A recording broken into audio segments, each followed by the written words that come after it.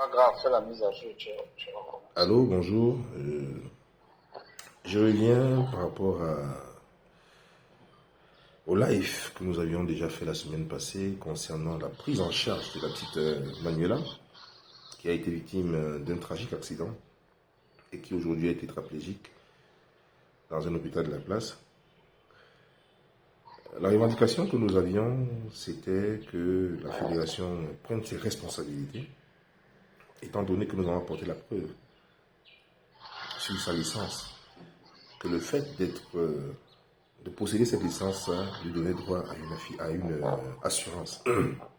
Et étant donné que nous savons pertinemment que pour une activité de sport, il faut deux licences, deux assurances, c'est-à-dire l'assurance à responsabilité civile, pardon, qui couvre l'athlète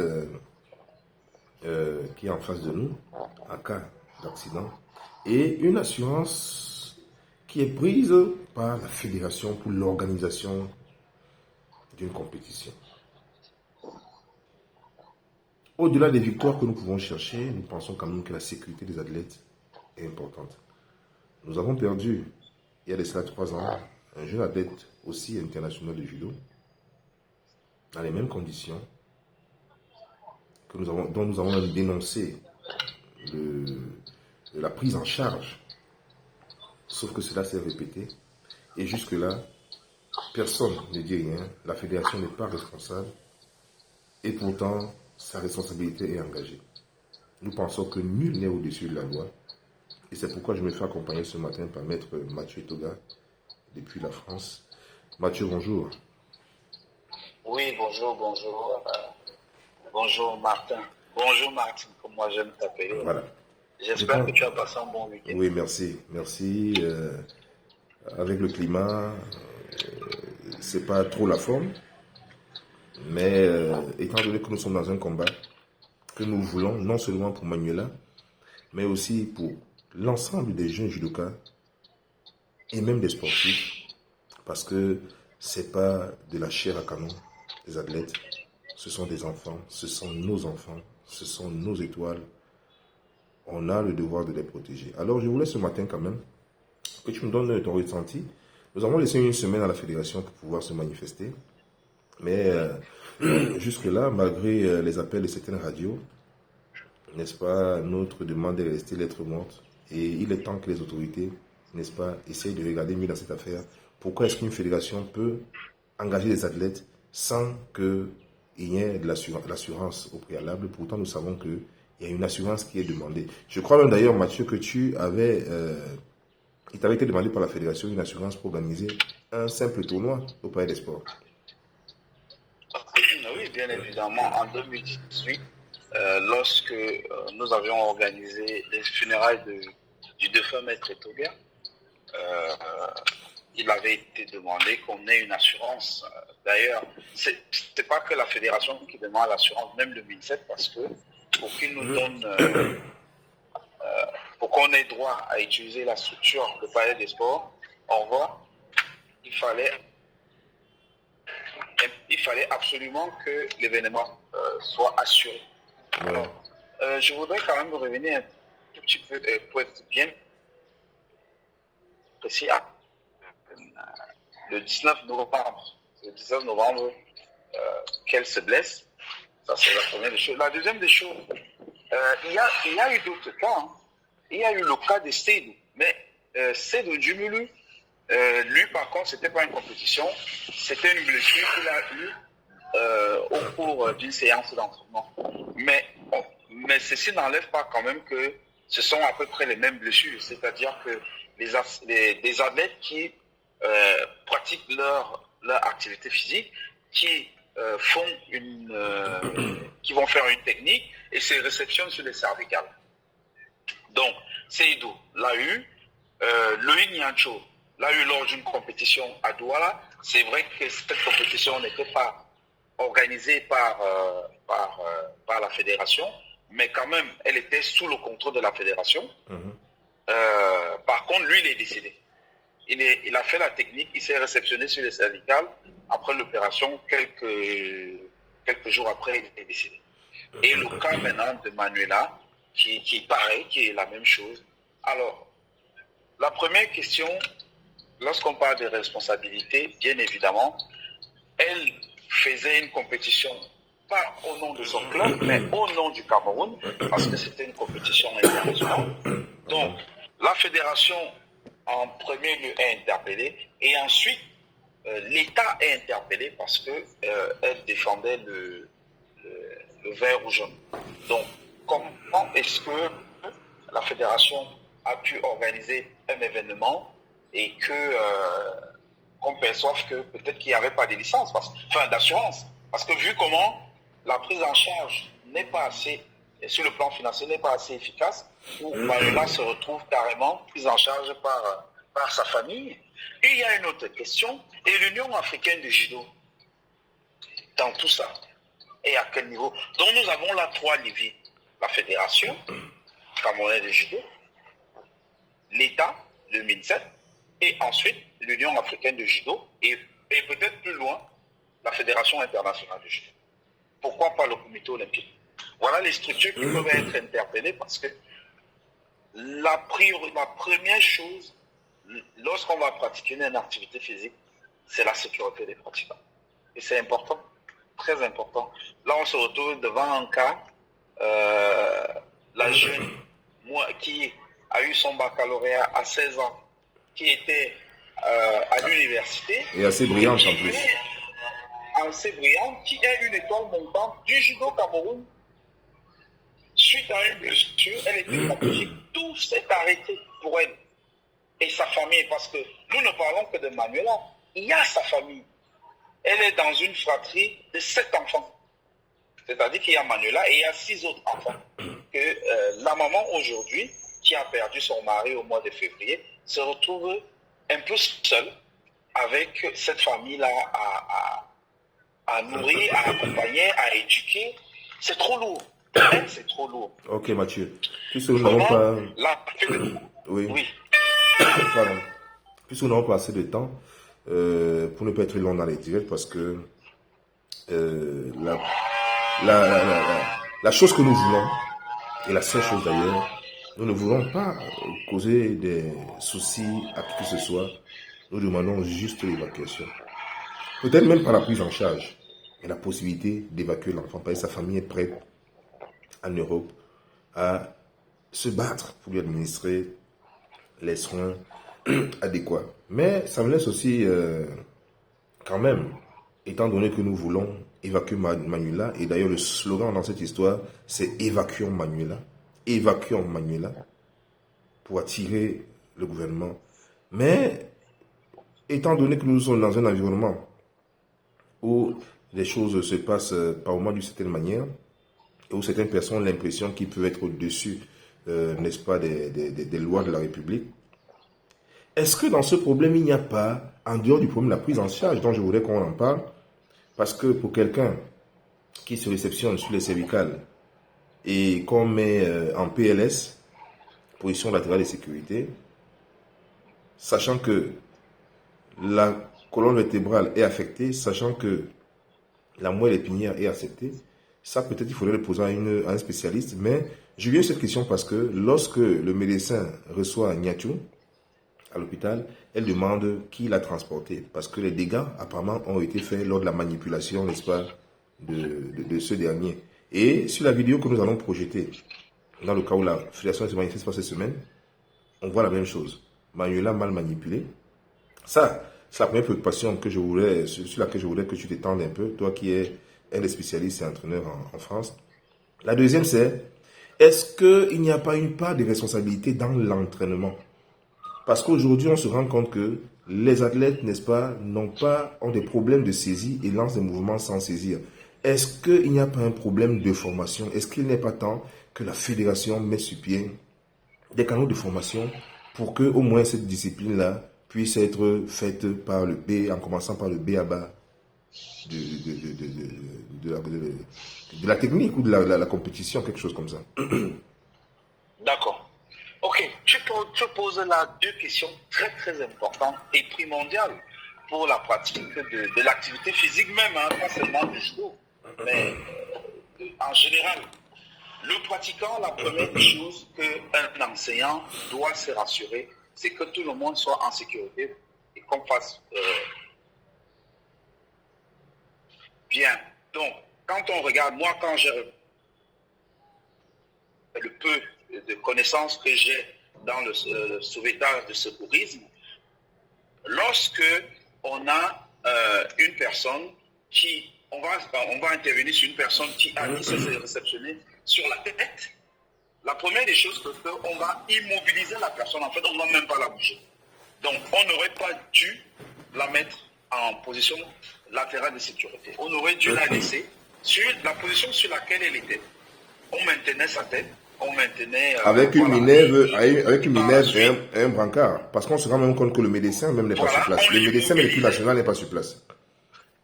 Voilà, on n'aurait pas dû la bouger pour éviter que, effectivement, qu'il y ait d'autres lésions. Bon, malheureusement, ça a été fait. Et il faut voir comment on l'a porté. Hein, ça a été fait à la main et tout et tout. Voilà, donc... pour moi, ça n'avait pas lieu d'être. Maintenant, je ne suis pas un spécialiste. Les spécialistes eux-mêmes vont, au cas où on va poser ces questions-là, c'est les personnes qui ont intervenu ce jour-là prendront aussi leur part de responsabilité. Maintenant, tu évoques là quelque chose de très, très, très crucial dans la pratique du judo. Nous, étant les spécialistes du judo, ce qu'on ne dit pas assez aux pratiquants, c'est que le judo est un art martial dangereux. Dangereux d'abord pour nous-mêmes et ensuite pour les autres. C'est pour ça que lorsqu'on commence l'activité, chaque fois qu'on va présenter une technique, on va toujours avoir l'aspect sécuritaire. Je dois être capable de faire la technique sans que je ne me blesse moi-même et sans que je ne blesse les autres. Moi, j'enseigne depuis 2009, donc ça fait quand même un certain nombre d'années. Ouais. J'ai déjà eu des cas, mais pas ce type de cas. J'ai déjà eu des fractures ouvertes, mais je vais dire qu'en ne sais pas combien d'années là, 2009, 2024, ça fait une bonne dizaine d'années, des fractures ouvertes, c'est voilà. Parce que nous parlons beaucoup de prévention en fait. Lorsque je donne le cours de judo, j'évoque beaucoup l'aspect sécuritaire. Lorsque je montre les chutes avant, par exemple, je leur raconte une histoire sur les grands primates. Parce que quand on observe dans la forêt, les grands primates font des chutes. Ils sont capables de partir même du 10e étage. Et ils font des chutes et ils se réceptionnent sur les omoplates, sur les épaules, et ils roulent.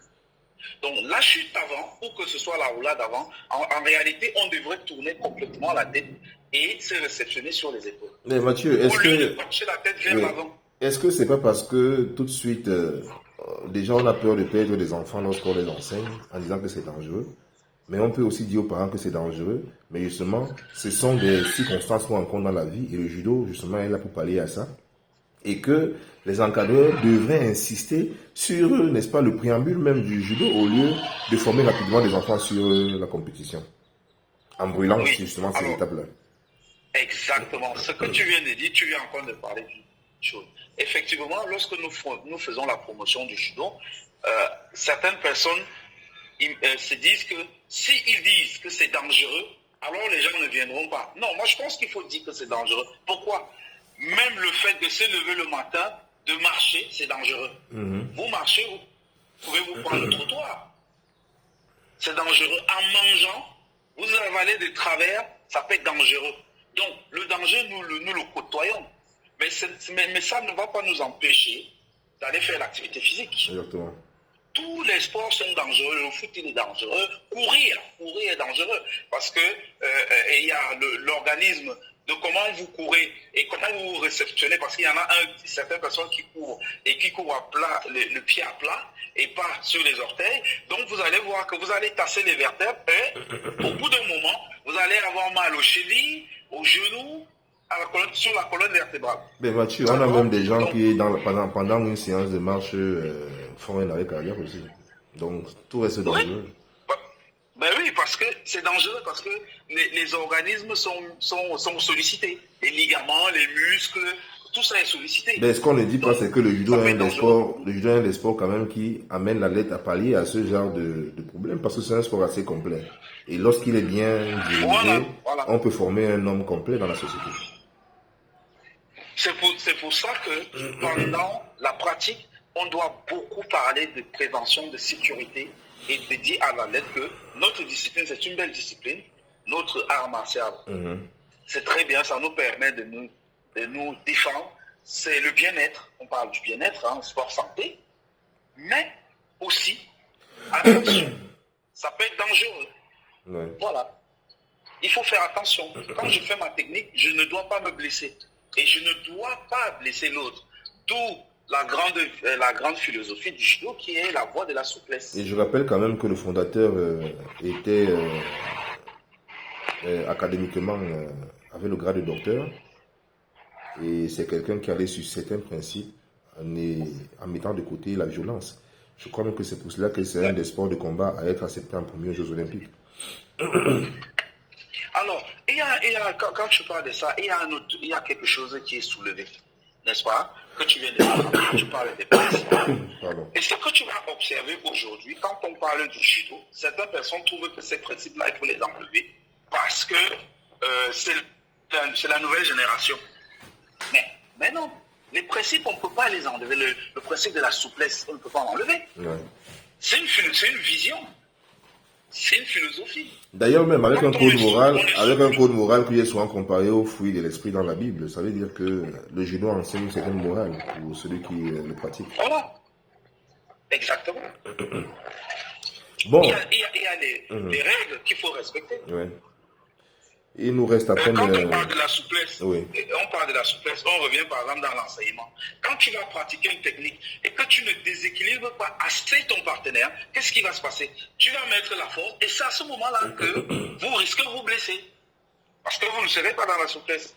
Et maintenant, pour terminer, parce qu'il nous reste à peine 3 minutes, nous avons lancé Évacuons Manuela. Évacuons Manuela. Quel message tu peux donner à l'endroit des autorités qui, je sais, nous écoutent et qui, je sais, vont agir le moment venu pour que, n'est-ce pas, dans les sports, que cela ne se répète plus et que l'assurance soit quelque chose d'effectif parce qu'il s'agit de la vie des humains, il s'agit de la vie, n'est-ce pas, des Camerounais. Il s'agit de la vie des jeunes Camerounais. Et lorsqu'on connaît la définition du chef de l'État sur la jeunesse comme étant le fer de lance de la nation, on sait qu'il met une priorité particulière, n'est-ce pas, à l'épanouissement de ces derniers. Oui. Alors, le message que je peux donner, il va avoir plusieurs leviers. Le premier, c'est la prévention. Vraiment, nous devons faire énormément de prévention sur les activités physiques. Et pour que, effectivement, ce type d'événements, nous pouvons prévenir. Bon. Maintenant, quand ça arrive, qu'est-ce que nous faisons? La prévention par la formation. Par la Des formation, formateurs. bien évidemment. Exactement. Et ensuite, maintenant, de mettre des protocoles que lorsque ça arrive, donc, comme on a quand même prévenu, mais bon, c'est quand même arrivé parce que c'est un accident. Hein. Oui, ça reste un accident. Voilà, elle ne s'est pas levée en se disant, c'est un accident, ça peut arriver. Maintenant, on va résoudre. La chose que je veux dire, c'est que la fédération on a une minute. devrait jouer son rôle. Oui. Si prenons le cas que elle était assurée, comme on a cru entendre qu'on disait qu'il était assuré. Mais ma question est de savoir pourquoi l'assurance ne prend pas le relais de l'État. Voilà. Parce qu'elle combattait au nom du Cameroun. Et quelqu'un parlait aujourd'hui de l'évacuation de plusieurs personnes comme les Mami Nyanga, les ceci, ce qui est très bien. Et vraiment, on tire un coup de chapeau à l'État. Ça veut dire qu'il est soucieux, n'est-ce pas, de ses fils. Mais pourquoi, même après avoir contacté une dizaine d'influenceurs, personne n'en parle et tout le monde est arrivé malheureusement vers le football. Pourtant, nous savons aussi que notre chef d'État a dit qu'il n'y a pas de sport majeur, il n'y a pas de sport mineur. Pourquoi est-ce que le cas d'une petite comme ça, qui avait tout son avenir devant elle, n'est pas pris en priorité?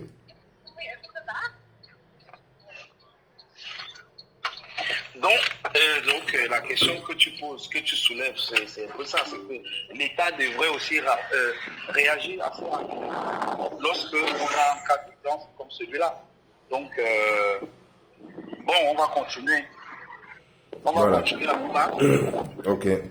On arrive là à la fin de la vidéo. Nous disons évacuons Manuela évacuons Manuela. Nous savons que tout le monde nous regarde. Le chef de l'État, la première dame, le premier ministre, les autorités, le ministre des Sports, le ministre de la Santé. Bonjour. Évacuons cette jeune fille. Et J'allais faire une info. En fait, c'est une voie de taxi. je pense que tout le monde sera C'est une voie de taxi. J'ai sera évité tranquille justement parce que et c'est une saura voie de que taxi. personne n'est au-dessus de la loi. Et à un moment donné, l'État peut mettre fin au type de plaisanterie auquel nous sommes en train d'assister. Ok Mathieu, je te remercie encore d'avoir pris la parole. Hein, et excellente journée à toi. Ok, alors, merci. Évacuons Manuela, c'est notre slogan. Évacuons Manuela, évacuons Manuela. Et que plus jamais cela ne se passe dans une fédération, particulièrement la Fédération camerounaise de judo. Prenons des assurances. Payons les assurances. Payons les assurances. Ne nous enrichissons pas sur des assurances qui sont là pour protéger nos athlètes, protéger nos pupilles, protéger nos enfants. Payons les assurances. Je vous souhaite un bon début de week-end en espérant que vous allez partager, en espérant que les influenceurs qui ont reçu les vidéos et autres vont nous écouter. Sauvons Manuela, évacuons Manuela. Merci.